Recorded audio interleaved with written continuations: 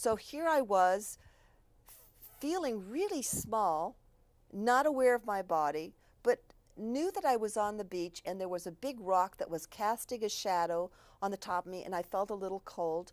And then the sun moved and the shadow moved away, and all of a sudden I felt this warmth on my body. But at that point I didn't understand the perspective from where I was and how big everything seemed to me. And all of a sudden I had this wonderful warmth that was happening within me, and I looked out and looked out towards the ocean and looked down the beach, and there was a figure that was walking barefooted and had on sort of these long robes. Nothing special, just these long, a solid colored robe. And he got closer and closer and closer. And what God sent me was Jesus Christ. Oh, you know, wow. I'm eclectic, but I was raised a Christian, consider myself a Christian. So my guides, angels, are going to be around archetypes that I'm comfortable Right. with. And sometimes beyond that archetype, there's another level, you know, there's another level. So I was watching with awe as he was walking towards me and didn't realize how little I felt. And he took his finger and he went down like this, and he said, I saw you glistening and shining all the way from over there. And he says, you know what? He said, you're very precious and very special. Opened up his pocket and stuck me inside of his pocket. And he said, do you know how much I love you and how special you are? And I came bolting back into my body. It's emotional. Wow. My life really was affected by knowing that the angels and the Holy Spirit can come in your life in the most magical ways when you least experience it. And you can only trust it from here. Yes. You know, you say to somebody, I saw an angel. Well, it's your word against theirs, and you've got all the skeptics in the world. Yes. It's very intense now, Yeah. the skeptics, and yet it's your cellular experience, isn't it? That is so true. Yes, it is. Yeah. Okay, so we have a stored in the collective unconscious, we have all these symbols and archetypes. Statue of Liberty. Okay, that's what I was going to ask you. What do you mean by the collective conscious? You can go back everywhere you look. You're going to find archetypes, and you're going to find. We've got some.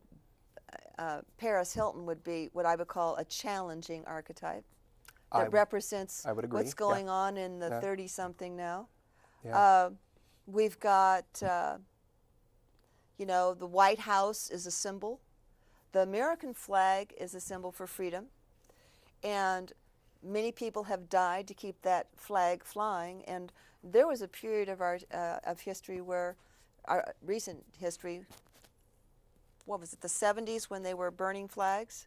Yes. And, we have our freedoms, but what was the lack of respect? And that upset me a lot when I saw how the culture was making excuses. Now culture is making excuses to it's bordering on insanity. So that's why I'm talking about this. This is what I can do to wake people up, to go inside and do that deeper examination and reach in there for spirit strengthening and guiding, because I think it's absolutely necessary. Okay? I agree. Yeah. Yes. And we also have the understanding of approaching meditation and prayer.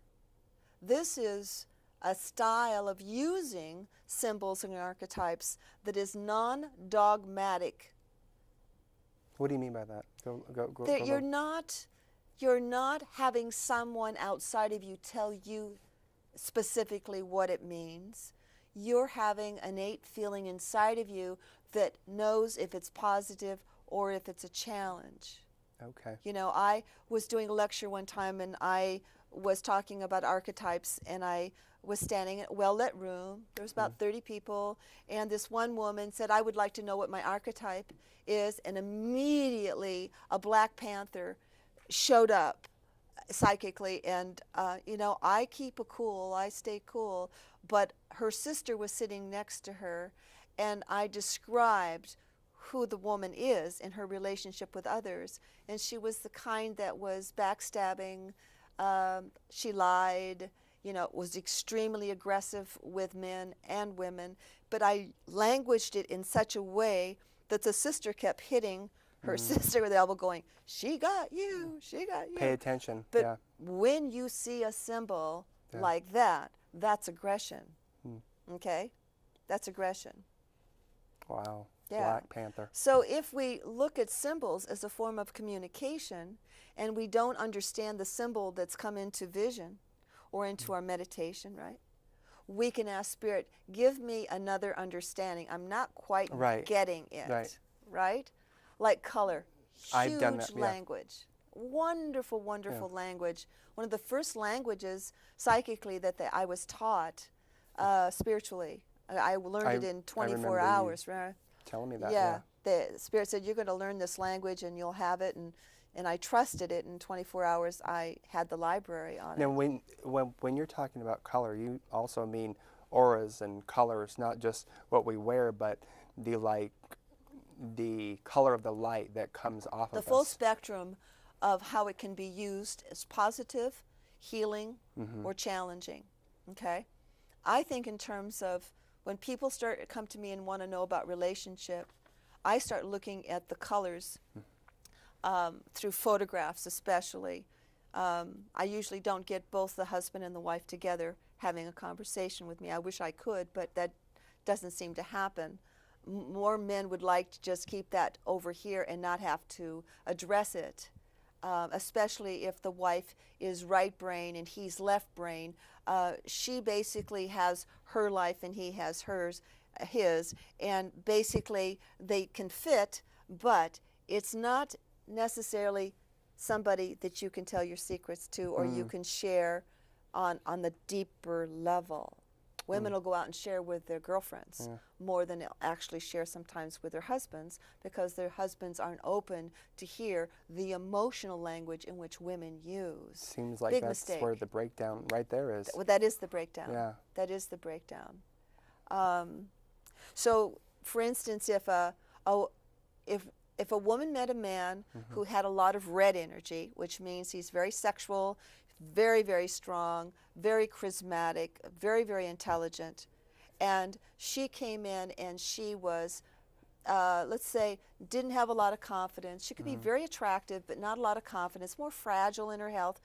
That red personality would most likely consume that person, and that woman would give up herself to be loved by that person.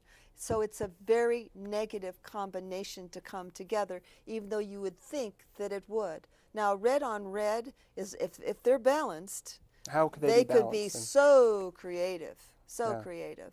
What do you mean by that? So, like, what you just said about red. So, red and red can attract and feed off each other. I would almost think that it would almost too much. Yeah.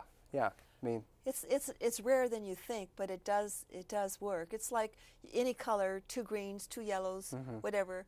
The combinations on the simplest language makes the best sense. It doesn't have to get overly complicated. I meet a lot of women who have a lot of yellow in the aura, where they are extremely intelligent, and yet they've forgotten how to play. So I have to become, their muse in a way, and speak to them where I've got their trust, and that it's sensitive enough to where they can trust that, and I can show them that losing your ability to play is a very serious thing, because everything gets really serious real fast out there in the world. Yep.